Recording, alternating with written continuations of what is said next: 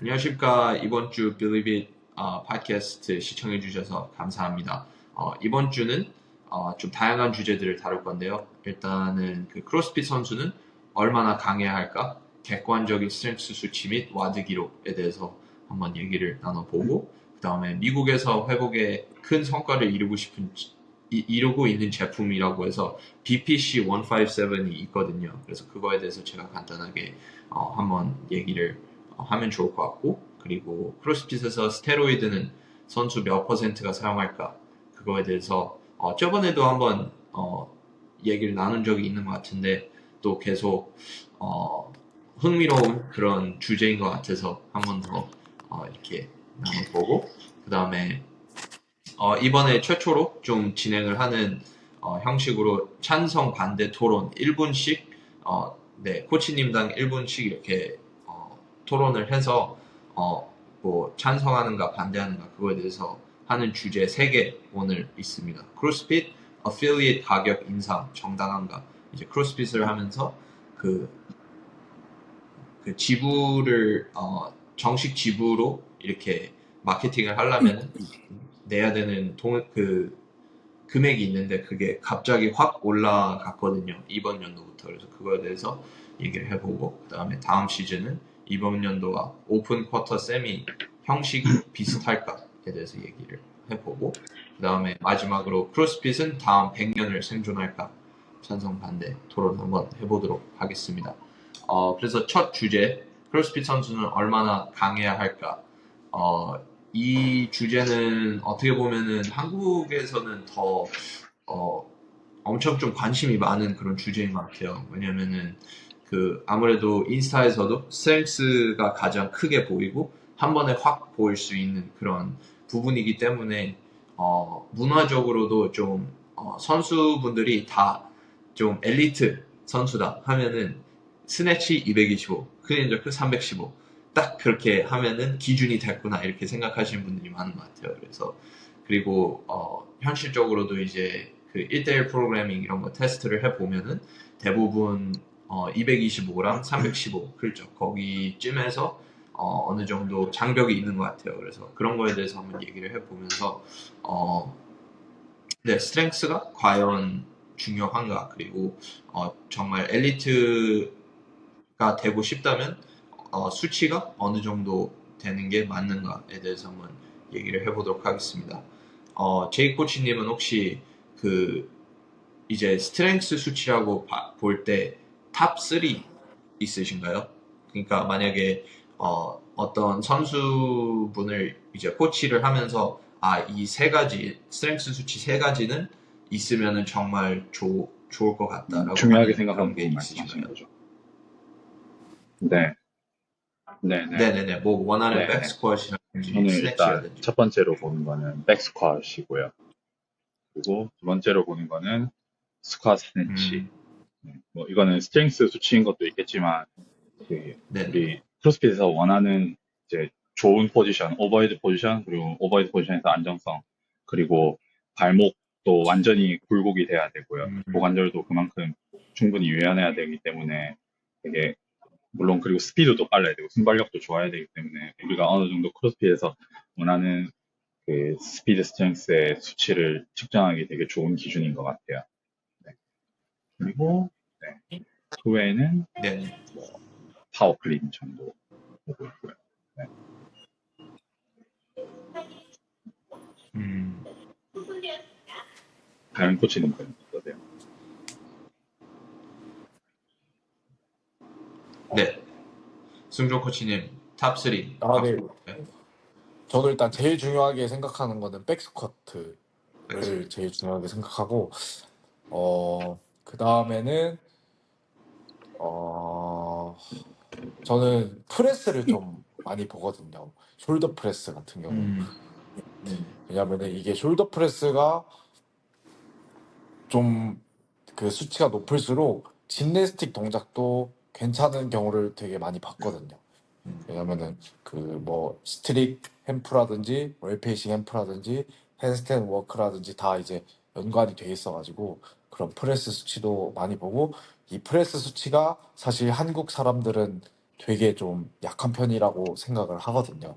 그래서 정말 많이 보완해야 되는 점이라고 생각을 하고, 뭐 역도는 당연히 엘리트로 기준을 잡으면은 네, 용상은 최소 315, 인상은 지금은 좀 더 오른 것 같아요. 왜냐면 대회 때 265까지 이렇게 무게가 나오니까 245, 265까지 이렇게 무게가 나오니까 적어도 245는 들어야 되지 않나. 왜냐면 이번 세미파이널 때만 봤더라도 그 스네치 레더가 나왔잖아요. 근데 265를 못 드는 진짜 게임즈 선수들도 있기는 있었어요. 근데 그 사람들도 최소 245는 다 들었기 때문에 네네. 네, 이제는 225가 아닌 245가 좀 남자분들은 기준이 돼야 될 것 같습니다. 여자분들도 마찬가지로 뭐 한 155에서 175는 이제 세미파이널에서 경쟁을 하려면은 그 정도 들어야 되지 않나 생각을 합니다.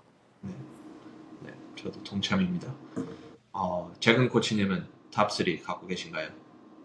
저도 당연히 백스쿼트가 제일 좋은 기준 중에 하나라고 생각하고 스트렝스 기준이 그리고 네네. 저도 똑같이 저는 스쿼트 스네치보다는 오버헤드 스쿼트가 조금 더 모빌리티적으로 좀 체크할 수 있는 부분이 많은 것 같아서 오버헤드 스쿼트 하나 그리고 네네. 하나는 저는 풀업 맥스 풀업을 좀 보는 편입니다. 네네. 당기는 동작이 생각보다 또 약하신 분들이 꽤 많아서 저도 이걸로 상체 근력, 지구력이랑 좀 확인하는 편이에요. 네네네. 네, 좋습니다. 스트렝스 수치에서는 수치력으로 봤을 때는 백스쿼트가 저는 405 이상이라고 생각을 하고 엘리트 여성분들은 그게 한 275, 295 그 정도 될까요? 제 코치님? 네, 네. 그 정도 되는데 여성 보통 저는 그 스탠드가 300파운드 만약에 정도로 잡긴 해요. 여성 선수들은 궁극적인 목표로. 왜냐면 이게 우리가 300파운드 백스쿼시 중요한 기준이 되는 게 우리가 백스쿼시 기준으로 이 사람이 얼마나 밸런스 좋은 구조적인 밸런스를 갖고 있는지 스트럭처 밸런스라고 하는데 보통은 크로스피터들이 들 수 있는 수치가 어느 정도는 백스쿼트 비율에서 정해져 있거든요. 그러면 스네치는 백스쿼트의 한 65% 정도를 들 수 있어요. 이제 일반적으로 봤을 때 대부분 데이터를 많이 종합해 봤을 때 그러면 파워 스네치는 한 55% 정도 되고요. 그러면 이번에 우리가 그냥 뭐 단순히 따져보는 게 아니라 세미파이널 마지막 무게를 보면 여자 선수들 같은 경우에는 175파운드였고 남자 선수들 스네치 레더 있잖아요. 남자분들 같은 경우는 265파운드였는데 그러면 265를 거의 끝내려면 제 생각에는 그래도 원RM이 265면 안 되고 한 285에서 300 정도는 가까이 돼야 된다고 생각해요. 그러면 이 스네치 수치가 네, 맞습니다. 백스쿼트의 65%라고 했을 때 285 정도가 백스쿼트의 65%가 되려면 남자 선수들은 445파운드, 여자 선수들은 한 295파운드 정도는 돼야지 스네치가 190파운드 정도 되니까 마지막에 175 두 개 정도를 들 수 있는 그 정도 구조라고 생각해요. 네, 그래서 제가 생각했을 때 우리가 뭐 세미 진출하는 걸 떠나서 세미 파이널에서 제대로 된 와드를 수행할 수 있고 이런 스트렝스 레더나 이런 부분에서 이길 수 있거나 충분히 와드를 소화할 능력이 되려면 남자 선수들은 445 그리고 여자 선수들은 한 300파운드 정도 레벨이 돼야 된다 생각하거든요. 그러면 네. 네. 네. 네. 궁금한 게 우리나라 여자 선수분들 중에 스쿼트 300 드는 선수 혹시 있을까요? 저도 잘 몰라가지고. 조스 선수님은 그렇죠. 확실히 네네. 들 수 네. 있을 그렇죠. 거라고 왜냐면 생각을 하긴 스네치 해요. 하시는 네, 걸 조스는 보니까 들 수 있을 것 같아요. 저 300 안 넘으면 나올 수 없는 스네치더라고요. 근데 스탯이 공개가 안 돼 있으니까 승현 선수님은 저도 궁금하긴 한데 네, 저도 여자 그렇죠. 선수들 많이 코칭하니까 그렇죠. 네네. 그리고 여자 선수분들 꽤 되는 걸로 알고 있어요. 300 넘는 선수들이. 네네. 또 누구 있죠? 또 대표적인. 충분할 거예요. 캥거루 그- 선수도 되지 않나요? 네네. 백스쿼트 어, 많이 하신 걸로 알고 있는데.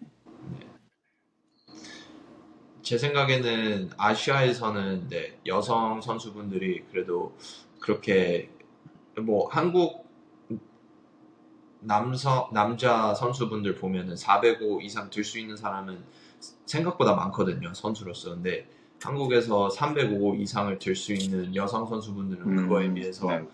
많이 적다고 저는 생각을 하고, 그래서 뭐 어떻게 보면은 여성 선수분들은 스트렝스가 정말 약한 편이구나라고 생각하실 수도 있고, 그 반대로 뭐 일단 육체적으로 신체적으로 봤을 때도 남성 선수분들은 최고 중량이 더 높고 여성 선수분들은 그 높은 퍼센트의 그 바벨을 순환하는 그런 능력이 더 수월하죠. 그래서 뭐 예를 들어서 뭐 85% 백스쿼트 맥스랩 하면은 여성 선수분들은 한 5개에서 6개 하시면은 엘리트로 볼 수 있고, 뭐 그거 이상으로 뭐 7개, 9개 하시는 분들도 많고, 남성분들은 제가 봤을 때는 3개에서 4개 정도 하시는 분들이 평균인 것 같고, 그 이상으로 가면은 엘리트인 것 같습니다. 그래서 그런 부분도 있긴 한데, 네, 제 생각에는 여성 선수분들은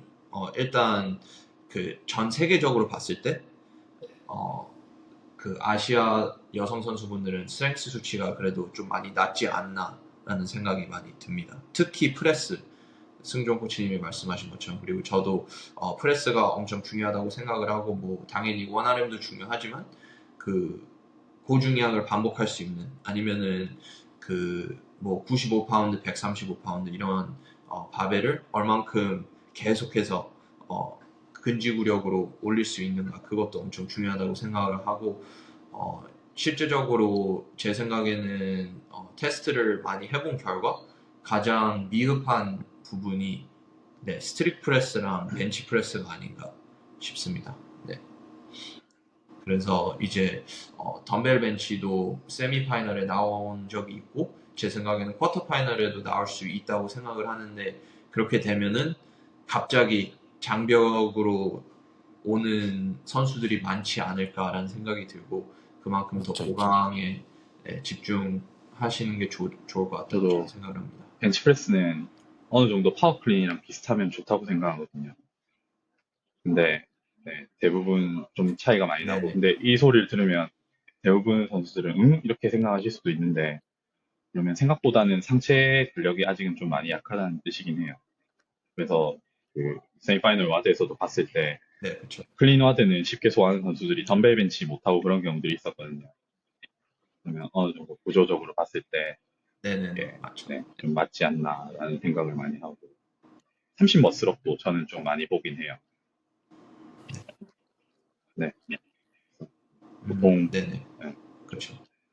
그리고 네네, 말씀해 제가 주십시오. 생각하는 30 머슬업 레벨은 세미파이널 남자 선수들이면 한 20개 정도 한 번에 20개 정도 하고, 30 머슬업은 3분 안에 끝내고, 여자 선수들은 그래도 뭐 그렇게 하는 선수들이 많진 않지만 15개 이상 하고 3분 30초 안에 끝내고, 요 정도 레벨이면 세미파이널에서 충분히 활약할 수 있다 생각하거든요. 왜냐면 이번에 세미파이널 마지막 와드도 어설트 바이크 타고 머슬업이 15개였잖아요. 그러면 저는 이게 게임제에 진출할 레벨이면 그렇죠. 당연히 무조건 한 방에 해야 된다고 생각하거든요. 네. 우리가 그런 얼마나 대회에서 난이도가 나오는 걸 봤을 때도 이렇게 객관적으로 볼 수 있기 때문에 좋은 테스트인 것 같아요. 네네. 네, 좋습니다. 그리고 테스트를 할 때, 스트렝스 수치 테스트를 할 때, 저는, 어떻게 보면 역도 선수분들 많이 백스쿼트 하는 거 보면은, 그, 반동을 엄청나게 잘 이용하잖아요. 구조적으로 안정적이기 때문에. 그래서, 역도를 정말 잘 하시는 분들은 백스쿼트가 근력에 비해서, 그러니까 정말 객관적인 근력에 비해서 높을 때가 있어요. 그거는 근데, 이제 구조적으로 그 반동을 잘 사용할 수 있기 때문에 그런 거라고 생각을 하고, 그래서 저는 테스트를 할 때 3초 하강, 1초 정지, 그 다음에 올라가는 게 하면은 그 반동을 사용할 수 없기 때문에 조금 더 네, 객관적으로 네, 테스트를 할 수 있지 않을까 생각을 하고, 그리고 벤치프레스도 비슷하게 이제 가동성을 줄이기 위해서 팔을 너무 넓히고 그리고 바로 밑으로 내려갔다가 반동을 사용해서 올라가면은 그거에 대한 네, 반동에 대한 스트렝스가 중요한 게 아니기 때문에 일단 close grip bench라고 해서 16인치로 하고 그리고 네, 천천히 내려갔다가 바로 올라가는 그렇게 네, 테스트를 하고 있고 그리고 현실적으로 스트릭 풀업 이거 테스트 하면은 많은 회원분들이 이제 아무래도 수치가 가장 중요하니까 개수가 가장 중요하니까 나도 모르게 조금씩 키핑 하시는 분들이 계세요. 그래서 막 맞아요. 30개 했어요. 그래서 30개? 그래서 영상 찾아보면은 이거는 키핑 프로그램이랑 비슷한 개구리 뒤차기 하잖아요. 근데 네, 어떤 분들은 정말 스트릭으로 엄청나게 많은 횟수를 하실 수 있는 분들이 계세요. 근데 그거에 비한 프레스 능력이 엄청나게 차이가 많이 나시는 분들이 계시는 것 같습니다. 그래서 네, 네, 그런 분들은 당연히 네, 프레스 많이 넣어드리고 있죠. 다음 주제로 미국에서는 정말 지금 큰 이슈는 아니고 좀 어떻게 보면은 기적이라고 생각하는 그 제품이 하나 있어요. BPC 157이라고 해서 어떻게 보면 스테로이드는 아니고 제가 알기로는 장에서 자연적으로 나오는 펩타이드라고 하는 그 성분을 이렇게 어떻게 보면 추출을 해가지고 농축을 한 다음에 그거를 다시 뭐 만약에 인대가 파열된 부분에 주입을 하면은 그게 엄청나게 회복 속도를 높인다라고 하는 그런 연구 결과는 없고 그냥 많이 사용을 해본 사람들의 관점에서는 정말 기적적으로 빠르게 돌아왔다라고 하시는 분들도 있고 그리고 뭐 아무래도 뭐 정식적인 그런 처방이 되는 약이 아니다 보니까 그 의사분들이 권장을 하고 있지는 않은데 근데 만약에 뭐 어깨 파열을 하신 분이 자체적으로 이거를 구매를 해서 주입을 하고 그 다음에 다시 의사분에게 가서 테스트를 했더니 원래 자기가 의사로서 봤던 회복 속도의 막 8배가 빨라졌다 막 이렇게 얘기하시는 분들도 있고 그래서 좀 미국에서는 좀 많은 이슈가 되고 있어요. 그래서 그 선수분들도 뭐 당연히 부상이 오면은 뭐 정확한 재활들도 해야 되지만 그 회복 속도를 엄청나게 빠르게 향상할 수 있으면은 어떻게 보면 어드밴티지일 수밖에 없는 거죠. 그래서 그 크로스핏 세계에서도 좀 많은 네, 이렇게 이슈가 되고 있고 BBC 157은 일단 스테로이드가 아니지만 정식적인 뭐라 그러지?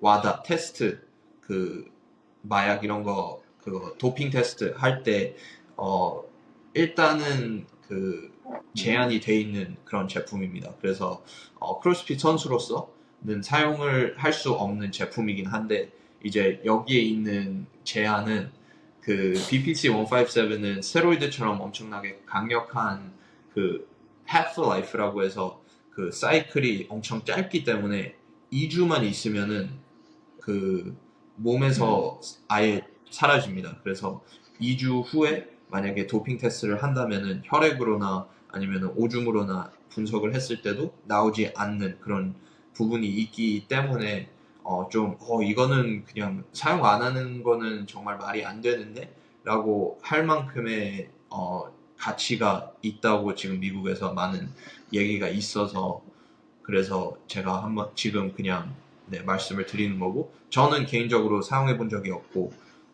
주변에서도 사용한 사람은 있긴 있어요. 근데 크로스핏 선수들은 아니고 이제 야구 이런 거 하시는 사람들 뭐 조니 엘보라고 해서 여기 인대 많이 파열되거든요. 그래서 그거 때문에 사용한 친구가 있는데 바로 회복이 됐다고 그렇게 얘기를 들었거든요. 그리고 엄청 싸요. 30불? 50불이면 사요. 그래서 처방 없이 네, 처방 없이 그냥 미국에서 50불이면 사서 근데 그게 저는 좀 무서울 것 같아요. 왜냐면 주사기를 사서 그거에다가 이제 그 어떤 특정한 물 같은 거 이렇게 해가지고 희석을 해서 뭐 이렇게 해야 된다 그러더라고요. 그래서 저는 뭐 사용할 이유가 없어서 안 사용하는데, 근데 네, 뭐 50불이면은 바로 사서 할 수 있으니까 좀 어드밴티지가 확실히 있지 않나라고 생각하는 제품인 것 같습니다. 근데 좀 아직은 네, 그 인간 그 실험 이런 것들이 없어서 뭐 장기적인 그런 롱텀 효과는 아직 모르고, 그리고 오히려 뭐 모든 부분에서 세포를 형성을 회복을 하는데 도움이 되다 보니까 만약에 혹시나 거기에 그 암 같은 세포가 있으면은 그거를 갑자기 확장시킬 수 있는 그런 악영향이 있지 않을까라고 사람들이 생각하기도 하고 있긴 합니다. 근데 네, 그거는 아직도 미국에서도 좀 새로운 그런 약품이라서 많은 데이터가 있진 않지만 그래도 지금 많은 얘기를 하고 있는 그런 제품입니다. 네.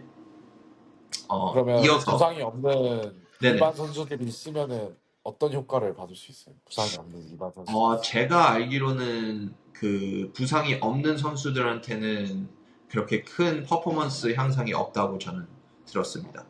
네, 근데 뭐 만약에 링머슬업 30개를 하고 만약에 링머슬업을 50개를 했다고 해요. 와드에서. 그리고 엄청나게 여기 어깨 부분이 많이 좀 알이 배기겠죠. 그리고 뭐 다음날 뭐 대회 수행을 해야 된다 했을 때 양쪽 어깨에다가 BPC 157을 넣은다면은 그게 회복에 도움이 될지는 저는 모르겠어요. 될 수도 있겠죠. 세포를 어떻게 보면은 회복을 시키니까. 근데 그 효과가 하기까지의 시간이 또 있으니까 그것도 얼만큼 걸리는지 저는 모르겠습니다. 네. 네, 근데 이 제품은 이제 꼭 주사로 안 맞아도 되고 약으로 이렇게 알약 형식으로도 나오긴 하는데 그렇게 하면은 효과가 덜하다라고 하긴 하는 것 같습니다. 네, 근데 제가 듣기로는 뭐 퍼포먼스 향상에 그렇게 도움이 되는 제품은 아니라고 전 들었습니다. 그냥 부상 회복 그런 거에만 도움이 된다고 들었습니다. 뭐 이 제품에 대해서 혹시 좀 리액션 같은 거 있으신가요? 약간 저는 제이코치님. 방금 왜 웃었냐면 코치님 너무 열심히 설명하셔서 거의 그 업체에서 나온 게 아닌가라는 생각이 들었거든요. 너무 열심히 설명해 주셔서 네네. 그래서 네. 아, 사고 싶어지는데 막. 나도. 그쵸. 나 다쳤을 때 이거 먹었으면 참 좋았겠다 이런 생각도 계속 해요. 네, 현실적으로 근데 제가, 뭐, 만약에 엄청나게 큰 부상을 당했다고 가정을 했을 때, 수술 아니면 BPC 157이 그 두 개가 그 해결책이다. 그러면은 무조건 BPC 157을 하는 게 맞죠. 이거는 50불이면은 사고, 그리고 꾸준히 재활을 해서 어느 정도 회복이 되면은 되는 거고, 만약에 안 된다 싶으면은 언제나 수술을 하면 되는 거니까 수술 전에는 무조건 어, 해볼 제품 중에 하나가 아닌가라고 생각이 들고, 그리고 뭐 일단 크로스핏계에서 뭐 도핑 그런 부분에서 제한이 있다라고 하기 때문에 저는 뭐 무조건 권장을 해드릴 수는 없는 제품이지만 개인적으로 봤을 때 만약에 정말 크게 다치고 이것 때문에 커리어가 사라진다라고 했을 때는 그때는 제가 그래도 이거는 사용하면 안 돼라고 하기에는 좀 그런 것 같아요. 근데 일단은 많은 논문 결과 같은 게 없어서 저는 그 부분에 대해서 좀 한 3년 정도는 기다리면은 그 결과들이 나올 것 같기 때문에 좀 기다리는 게 낫지 않을까라는 생각이 들고, 한국에서는 제한이 좀 있을 수 있는 제품일 것 같아요. 그거는 제가 한국 의학 그런 거에 대해서 잘 모르지만 미국에서도 뭐라 해야지? 미국에서도 그 약을 파는 회사들이 엄청나게 싫어하는 제품 중에 하나예요. 왜냐면은 이 제품만 있으면은 회복이 너무 빠르기 때문에 뭐 진통제 같은 것들도 필요 없고 그리고 네, 그렇기 때문에 돈을 엄청 많이 잃을 것 같다라는 그런 추측이 있어서 엄청 좀 미국에서도 막 제한을 하려고 하는 그런 제품입니다. 다음으로 좀 연관된 내용일 수도 있겠지만 크로스핏에서 스테로이드는 몇 퍼센트의 선수들이 사용을 할까에 대해서 그냥 간단하게 얘기를 한번 해봅시다. 제 관점은 뭐 당연히 사용하는 선수들이 있겠죠. 그리고 뭐 지금부터 한 20년, 10년 후에 그 랜스 암스트롱처럼 그냥 다 한 번에 손잡고 나와서 우리 다 도핑하고 있었다 이렇게 나와도 뭐 막 크게 쇼킹을 먹진 않을 것 같아요. 저는 솔직히. 근데 그 좀 초기에 2013년 이후 2013년부터 한 2016년까지는 그 스테로이드 사용이 엄청 많았을 거라고 생각을 하고 지금 들어서는 잘 모르겠어요, 저도. 근데 이제 크로스핏 그 단체, 크로스핏 회사로서 그 도핑을 아무래도 심사를 하니까 만약에 예를 들어서 리치 프로닝이 그 만약에 5번째 타이틀을 얻고 그 다음에 도핑에서 걸리면은 그 결과를 대중에게 알려줘도 되고 안 알려줘도 돼요. 근데 크로스핏 회사로서 만약에 리치 플로닝이 지금 5년 동안 도핑을 사용을 했고 지금까지 있던 모든 성과들은 다 박탈을 한다라고 하면은 크로스핏이라는 회사의 이미지가 너무 나빠질 수 있기 때문에 이건 뭐 당연히 가정을 했을 때죠. 가정을 했을 때 도핑에 나왔다. 맷 프레이저, 티아 투미 이런 사람들이 뭐 나왔다라고 하면은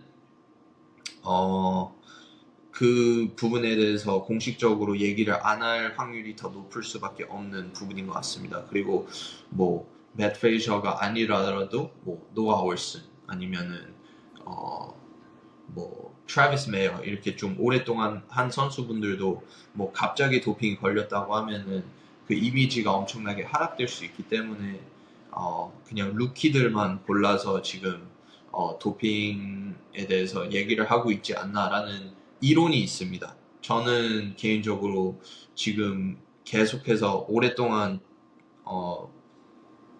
그 크로스핏 게임즈를 가신 선수분들은 스테로이드를 사용하시는 사람들은 많지 않을 거라고 저는 생각을 하지만 그거는 어떻게 보면은 제가 그냥 생각하는 희망일 수도 있는 거죠. 그거는 뭐 모르는 거니까. 네. 제이 저도 코치님 준호 어떻게 생각하세요? 코치님처럼 그런 생각을 해본 적이 있거든요.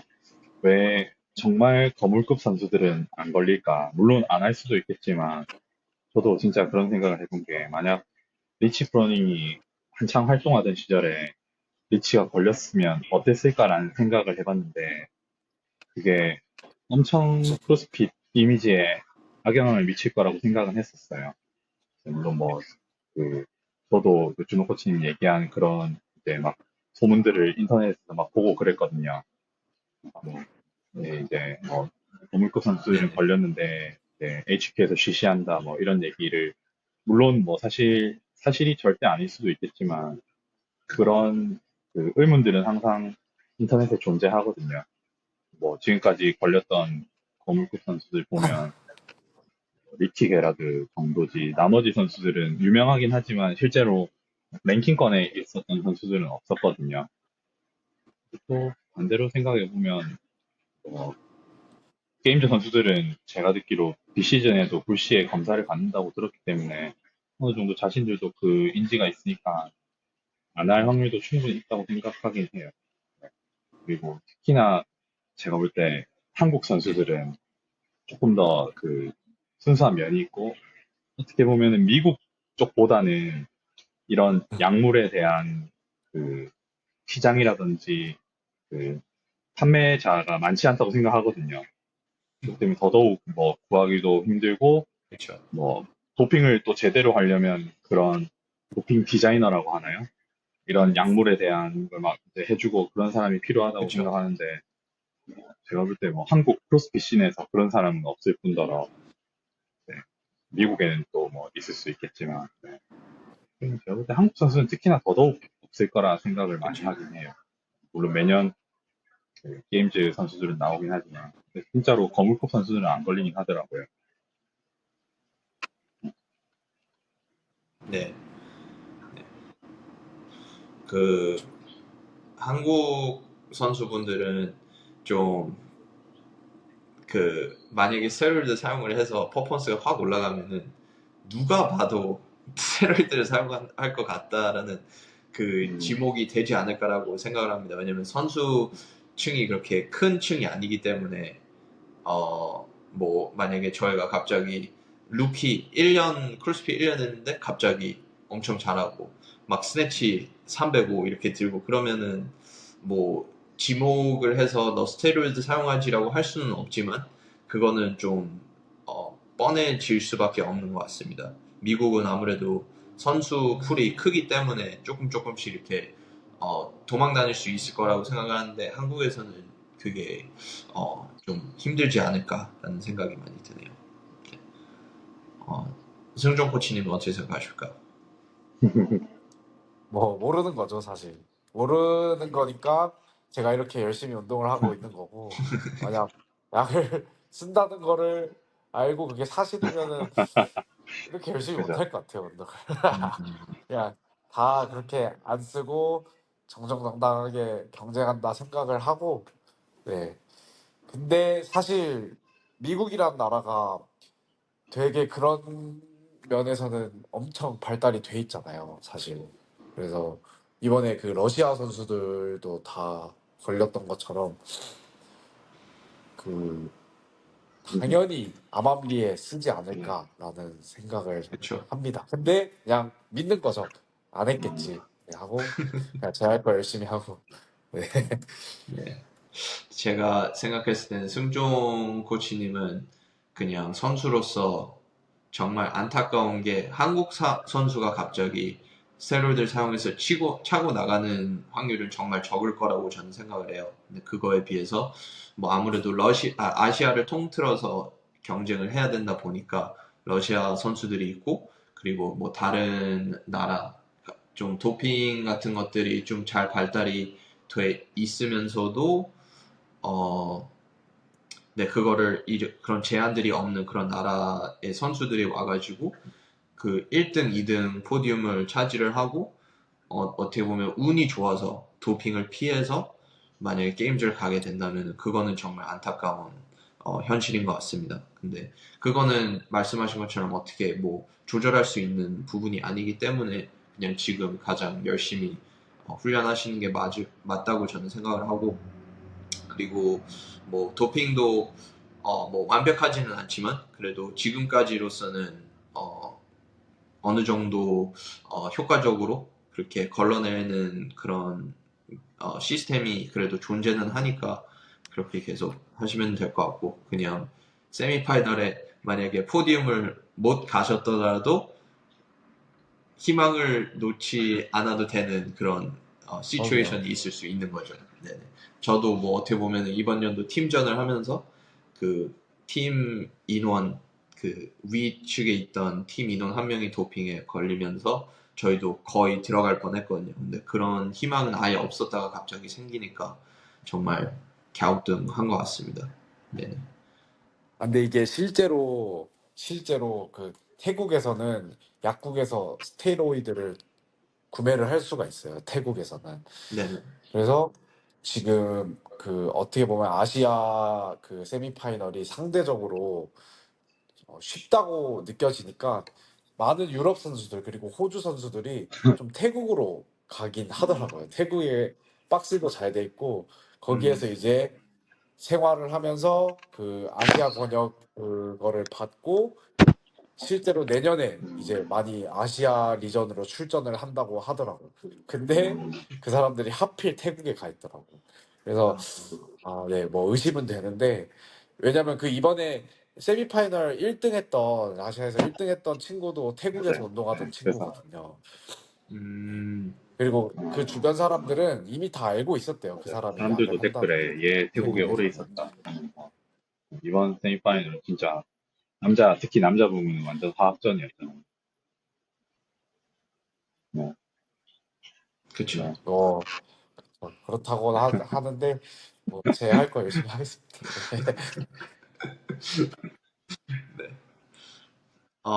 재근 코치님은 혹시 어떻게 생각하시나요? 크로스핏에서 스테로이드 사용하는 선수분들이 많다고 생각하시나요?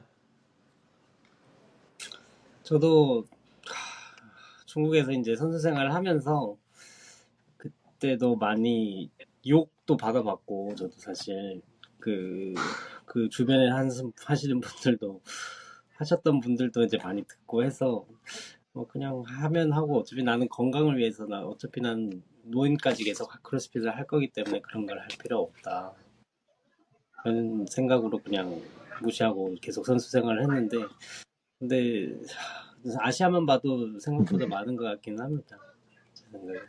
네. 중국에도 많았나요? 그런. 한때 엄청 그게 유행이 번졌었어요. 그 어떤 한 선수가, 되게 유명한 한 선수가 있었는데, 그 선수가 이제 1대1 온라인 PT를 하면서 그 클라이언트들한테 권유를 했던 걸로 제가 들어서 알고 있거든요. 그리고 제가 와, 같이 맨날 진짜 당당. 와, 친구가 이제 그 클라이언트였어요. 아, 그래서 왠지 미쳤네. 생각나는 한 알고 선수가 있긴 있었어요. 한데 정말 아, 정말요?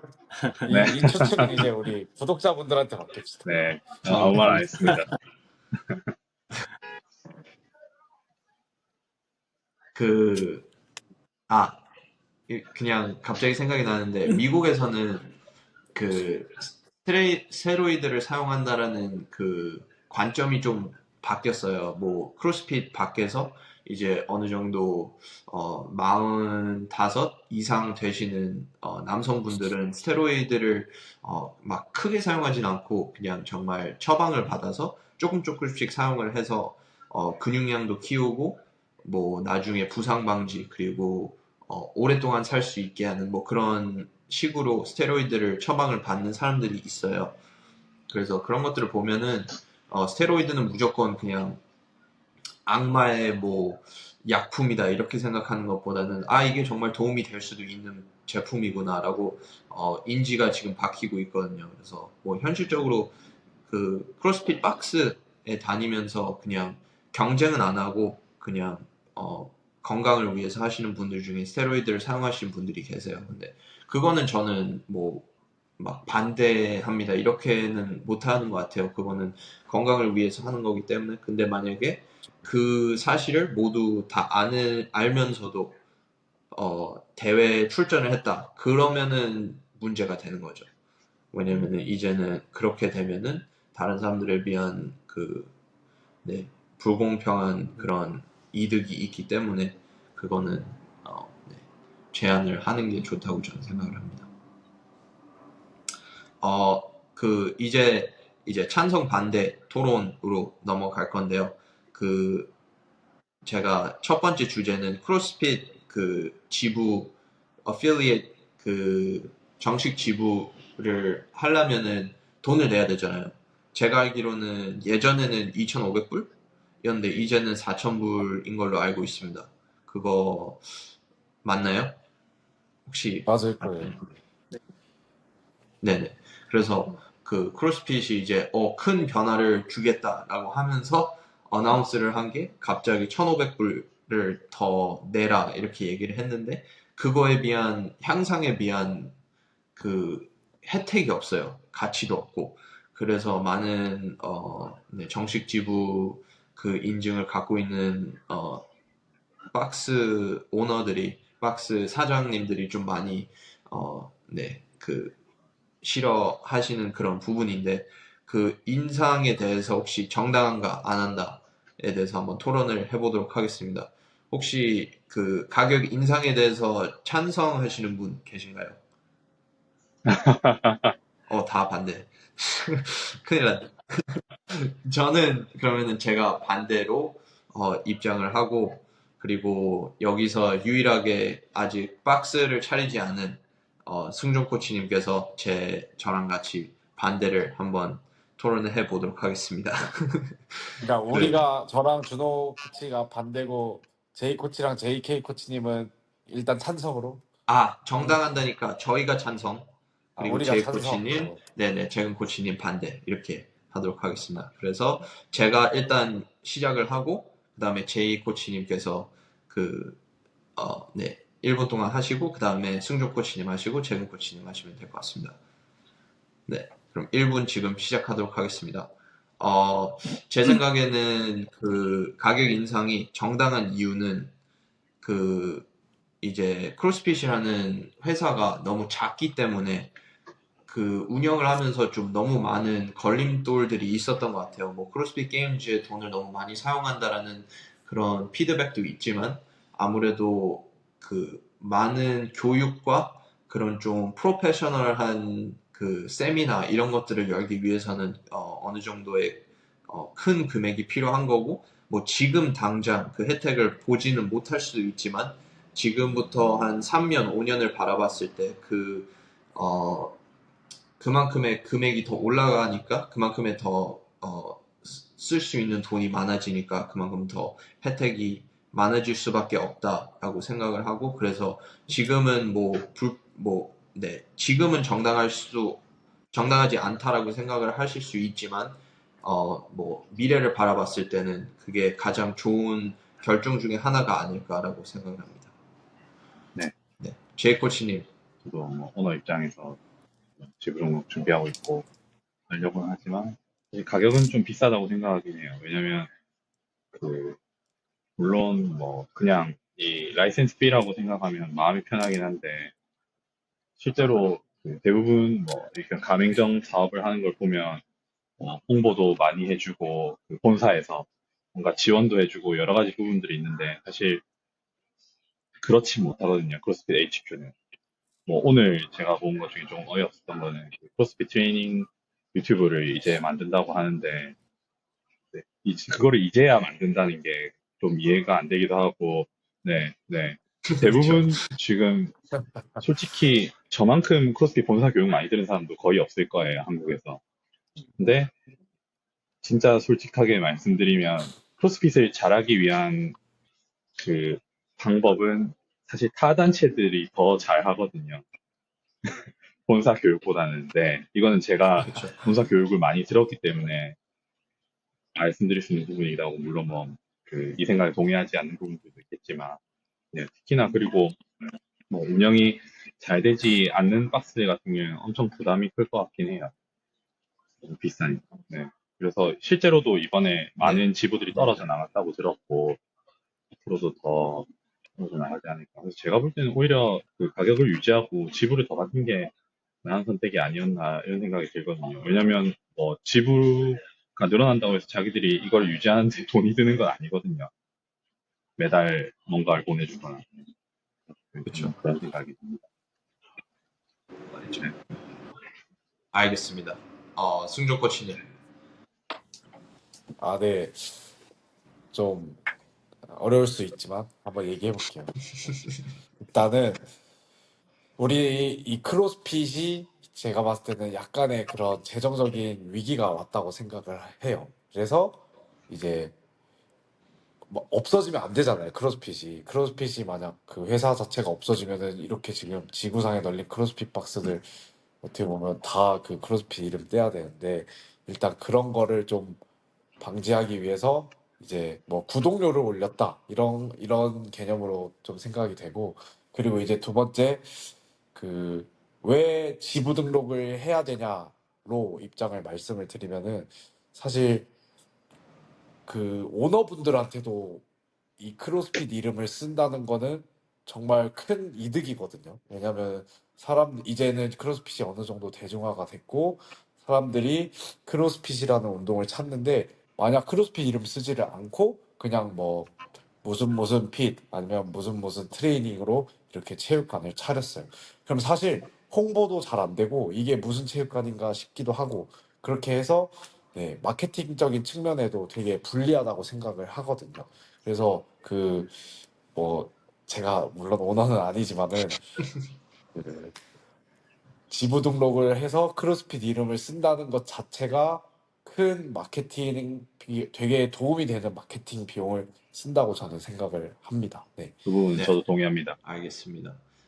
재근 코치님 마지막으로. 금방 SH가 말한 것처럼 저도 약간 동의하는 바는 그 크로스핏이라는 그 이름을 통해서 얻을 수 있는 효과가 이제 마케팅적 효과는 확실하다고 생각을 합니다. 저도 지금 아직 지부 등록을 하지는 않고는 있지만 그렇게 해서 제가 지금 홍보 효과를 생각보다 좀 힘들게 하고 있다고 생각을 해요. 그래서 하지만 그래도 좀 비용적인 부담이 생각보다 좀 크고 그것에 대해서 조금 더 한 번 더 계속 고민을 하게 되지 않나 그렇게 생각을 하고 있습니다. 그렇지만 그래도 크로스핏이라는 이름을 사용을 한다는 것은 큰 의미가 있다고 생각해요. 네, 알겠습니다. 네, 뭐 그러면은 다음 주제로 넘어가도록 하겠습니다. 제가 더 얘기를 하고 싶은 부분들이 있는데 얘기를 하면은 불공평해지기 때문에 바로 넘어가도록 저희 1분 하겠습니다. 넘는 것 같은데. 다음 시즌 네네 다 맞죠, 1분씩 넘은 것 같은데 제가 더 짧게 잘라내기 하도록 좀 하겠습니다. 그래서 그렇게 했습니다. 그 다음 시즌 이번 연도와 그 오픈 쿼터 세미 방식이 비슷할까에 대해서 찬성 반대를 하도록 하겠습니다. 제가 이 주제를 토론하고 싶은 이유가 이제 아시아에서는 많이 느끼지 못할 수도 있지만 그 미국에서는 세미파이널에서 이스트랑 웨스트가 있거든요. 그러니까 미국을 반으로 나눠서 그 서쪽, 동쪽으로 나눴는데 동쪽에 많은 트레이닝 캠프들이 있다 보니까 그냥 그 선수의 그 인원들이 대부분이 다 동쪽에 있어요. 그래서 그거에 비해서 비교적으로 서쪽에는 그렇게 많은 선수들이 있진 않아요. 그래서 밸런스가 이번 연도는 정말 엄청 크게 기울어졌다고 저는 생각을 하고 그것 때문에 현실적으로 이사를 생각하시는 분들도 엄청 많고 그리고 승종 코치님이 말씀하신 것처럼 이제 그 유럽에서도 이제 아시아로 넘어오면은 나 아시아 사는데 그러면 아시아 할 수 있지 이렇게 해버리는 거죠. 그래서 그거에 대한 좀 제한이 있어야 된다고 생각을 하고 그래서 그거에 대한 변화랑 그리고 게임즈에도 이번에 좀 큰 논란이 됐던 그런 부분들이 있어서 전체적으로 시즌이 비슷할까 아니면은 아예 완전히 다르게 변할 것인가 그거에 대해서 한번 얘기를 해보도록 하겠습니다. 저는 개인적으로 바뀔 것이다에 바뀔 거다라는 주장입니다. 이것도 정해야 되나요? 이것도 정해야죠. 저도 바뀔 것 같아요. 뭐 안 바뀔 것 같다고요? 바뀔 것 같습니다. 바뀔 것 같다. 그럼 저랑 똑같네요. 저도 바뀔 것 같다 생각하지만 두 분이 얘기했으니까 안 네. 바뀔 것 같다는 네, 네. 제이 코치님 그리고 승종 코치님 네. 안 바뀔 거다 주장해 주시면 될 것 같습니다. 그러면은 일단은 제가 시작을 하고 그 다음에 승종 코치님, 그 다음에 재근 코치님, 그 다음에 제이 코치님 이렇게 하면 될 것 같습니다. 네, 그러면 이번에는 정말 1분 딱 끊겠습니다. 그래서 지금 시작.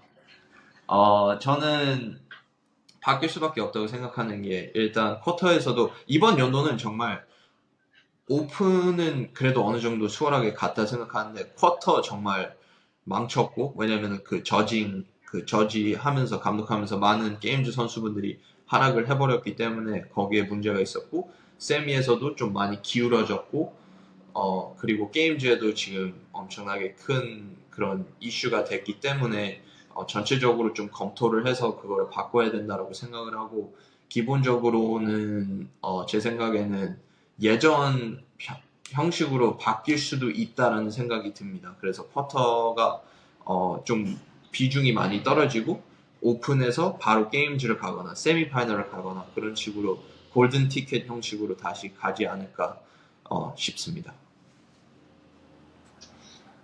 네, 승종 코치님 1분 시작합니다. 아, 네.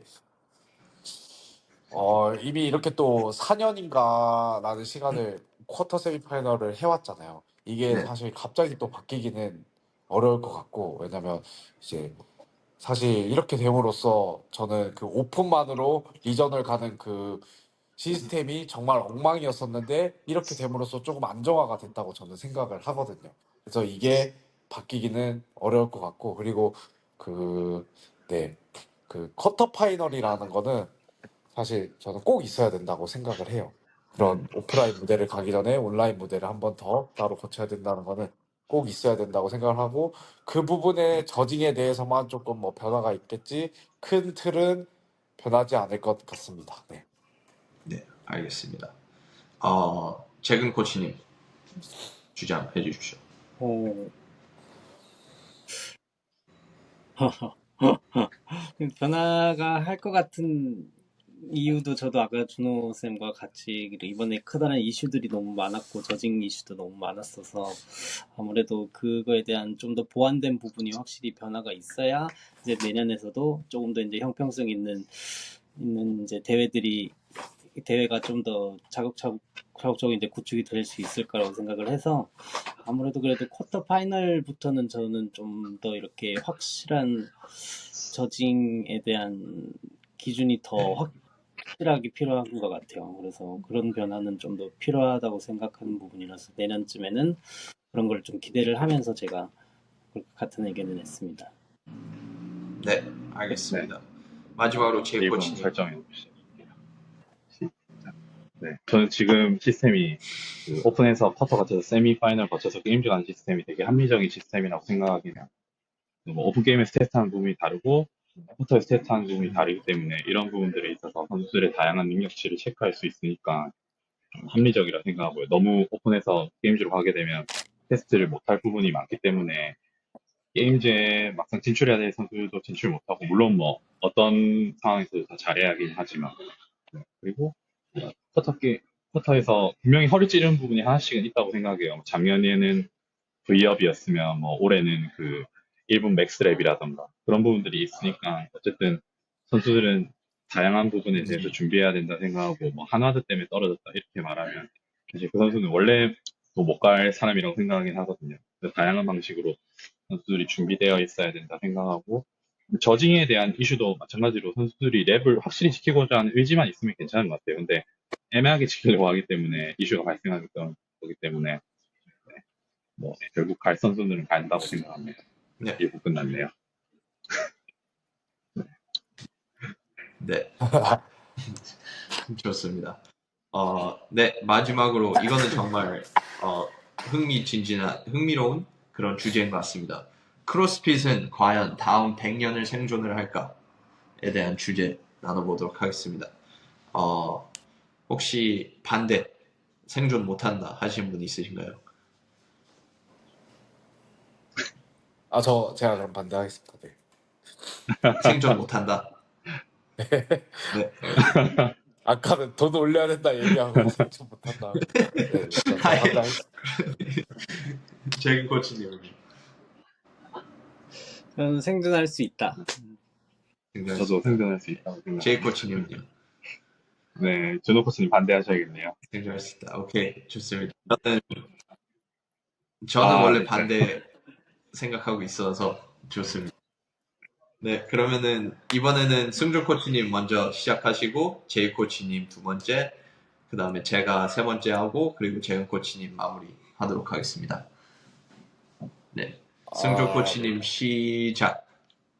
네, 일단 첫 번째 이번 게임즈에 그런 사고가 있음으로써 되게 사실 크로스핏에 대한 그런 안 좋은 뭐 소문도 생기고 그런 이슈도 좀 많이 사람들에게 널리 알려져가지고 사실 좀 위험한 상황이라고도 생각을 해요. 그리고 지금 어떻게 보면 크로스핏 말고 그 다른 경쟁 단체 인터내셔널 펑셔널 피트니스라는 단체가 또 지금 생겼잖아요. 그리고 실제로 대회를 하고 있고, 그리고 이제 이 크로스핏이 올림픽 종목으로 선택이 되려면은 사실 크로스핏 이름으로는 들어갈 수 없다고 저는 생각을 하거든요. 무조건 이 인터내셔널 그쪽이 더 유리하다고 생각을 해서, 네, 물론 우리는 크로스핏으로 시작을 했지만 결국에 더 대중화되고 알려지는 거는 이 인터내셔널이 올림픽으로 채택이 되면서 그쪽으로 더 기울지 않을까. 그러면서 천천히 병합되지 않을까 생각을 합니다. 네. 오, 딱 1분. 좋습니다. 네. 네. 그 다음이 네. 제이 코치님. 저는 크로스핏이 트렌디한 운동은 아니라고 생각하거든요. 왜냐면 네, 우리가 사람들이 기초적으로 움직일 수 있는 움직임 패턴을 기반으로 하기 때문에 뭐 운동도 보시면 뭐 스쿼트, 벤치, 데드리프트 기반이 돼서 하는 운동이기 때문에 기존의 체육관 장비들에서 크게 달라질 부분이 없으니까 계속 그냥 꾸준히 운동할 수 있는 부분이라고 생각해요. 단지 그룹 클래스의 형태가 조금은 계속 바뀔 거라고 생각해요. 요새는 뭐 크로스핏 박스에서 하이록스도 하고 뭐 인디비주얼 디자인도 하고 혹은 뭐 역도 클래스도 하고 그렇게 되는 게 점점 외국 박스에서 하는 문화들이 우리나라에 들어오는 추세인 것 같은데 이런 부분에 있어서 달라질 뿐이지 크로스핏 박스라는 형태 자체는 계속 존재할 수 있다고 생각하긴 해요. 네, 알겠습니다. 저 1분 지금 시작하도록 하겠습니다. 저는 일단 크로스핏을 대회보다는 그냥 전체적인 철학으로 봤을 때, 그냥 뭐 크로스핏 박스를 운영한다라는 것을 봤을 때, 생존 못할 수도 있는 이유가 솔직히 인공지능 때문이라고 생각합니다. 그 이유는 이제 인공지능을 통해서 만약에 오늘의 그 뭐 웨어블, 뭐 심박수 뭐 이런 게 있으면은 오늘 뭐 심박수, 스트레스 지수, 그리고 뭐 컨디션 이런 것들에 반영을 해서 나에게 적합한 완벽한 프로그래밍을 만약에 만들 수 있다면은 그거는 크로스핏이든 보디빌딩이든 모든 거를 떠나서 나한테 가장 최적화된, 어떻게 보면 크로스핏의 목표는 건강하게 오래 살자이잖아요. 그 철학은. 그래서 그 철학을 갖고 있는 것은 뭐 피트니스의 정체이기 때문에 그렇게 봤을 때 네, 인공지능을 통해서 크로스핏을 무조건 이길 수 있다고 저는 생각합니다. 네, 마지막으로 재은 코치님 주장해 주십시오. 저도 아까 제이 코치님이 말씀하신 것처럼 이제 크로스핏을 통해서 이제 나오는 파생된 그 엄청 여러 가지 브랜드들이 계속해서 더 생겨날 거라고 저는 생각을 하거든요. 그렇게 해서 굳이 이게 크로스핏이 아니더라도 크로스핏과 비슷한 그런 피트니스들이 더욱 많이 생김으로써 또 크로스핏을 다시 하려는 사람들이 생기지 않고 그게 또 무한 반복이 돼서 계속 크로스핏을 하고 싶어 하지 않을까 그렇게 생각을 또 합니다. 그리고 또 결국 기능성 바디빌딩에 결국에 초점을 맞춰보면 결국 크로스핏을 뗄 수가 없을 것 같아요. 이 기능성이라는 것을 한번 생각을 해보면은 워낙 여러 가지 동작도 있고 할 수 있는 것도 워낙 그러니까 더 많아질 거고 그렇게 생각해보면 계속해서 살아남을 수 있지 않을까 생각을 합니다. 네, 알겠습니다. 네, 오늘 엄청나게 많은 것들을 나누게 된 것 같아서 정말 좋은 것 같습니다. 그러면은 이런 형식으로 다음번에도 만나 뵙도록 하겠습니다. 지금까지 빌리빗 팟캐스트 시청해 주셔서 감사합니다. 다음에 또 뵙겠습니다. 안녕하세요.